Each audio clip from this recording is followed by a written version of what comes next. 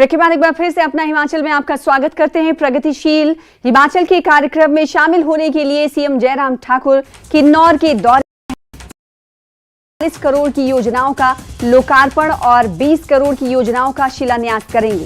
साथ ही यहां सीएम जनसभा को भी संबोधित करने वाले हैं। तो 43 करोड़ की योजनाओं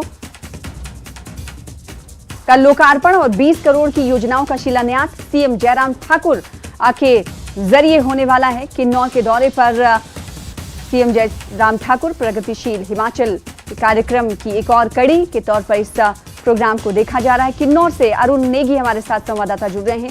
अरुण, क्या ज्यादा जानकारी मिल पा रही है इस दौरे को लेकर?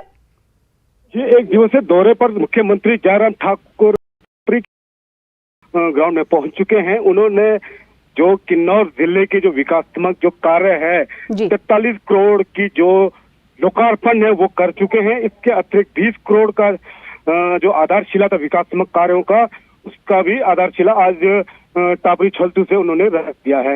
इसके बाद चंद मिनटों बाद ही मुख्यमंत्री का संबोधन भी होगा। जी, तो संबोधन पर सबकी निगाहें टिकी हुई होंगी। क्या लगता है कि सीएम आज से इस इलाके में क्या कुछ कह सकते हैं, क्योंकि चुनाव सर पर हैं, तो ऐसे में ये माना जाए कि चुनाव के हवाले से भी कुछ वो बात अपने जरिए कह सकते हैं इस जनसभा में?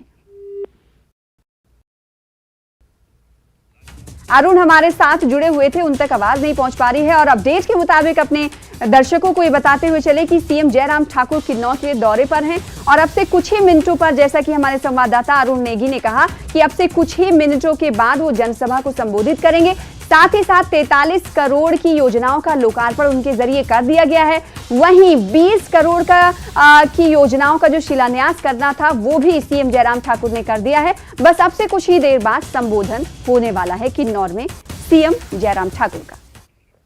वहीं किन्नौर